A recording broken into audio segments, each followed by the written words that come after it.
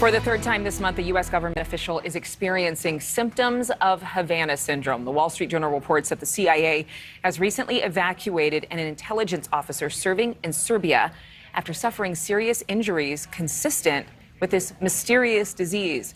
Havana syndrome got its namesake in 2016 after 26 diplomats and their families in Havana, Cuba, began experiencing dizziness, headache, fatigue, nausea, anxiety, memory loss, even brain damage.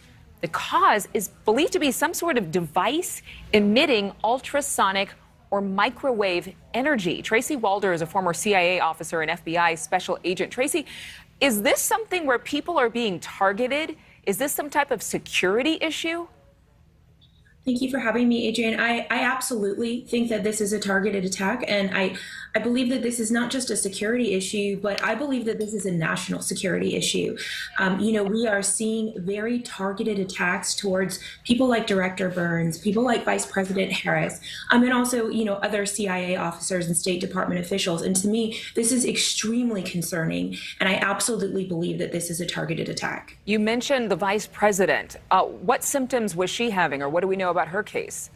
So the vice president herself was not the target. It sounds like people who were part of her security detail were targets. They were suffering from things like dizziness, memory loss, nausea, extreme headaches. Those are the types of symptoms that seem pretty consistent across the board with Havana syndrome. Now, this seemed like a whole bunch of bunk to a lot of people, like a rumor or some type of, something you might hear in a spy movie.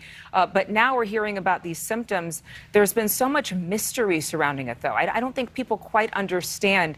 For those who are experiencing these symptoms, what is the remedy?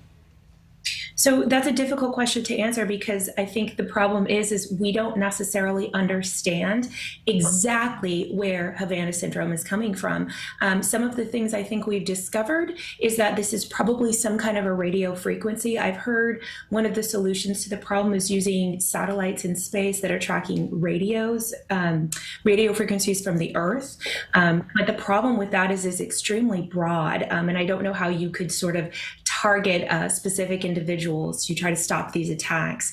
We do know that you do need line of sight for the most part to conduct these attacks. So one of the things we could do is look at increasing security in our embassies, perhaps, boarding up windows, things like that. But I think for the time being, it's going to be very difficult to fight this. Basically, the brain is sort of a new battlefield, I guess. It's so fascinating and so sci-fi. The Biden administration has called this crisis a, quote, top priority.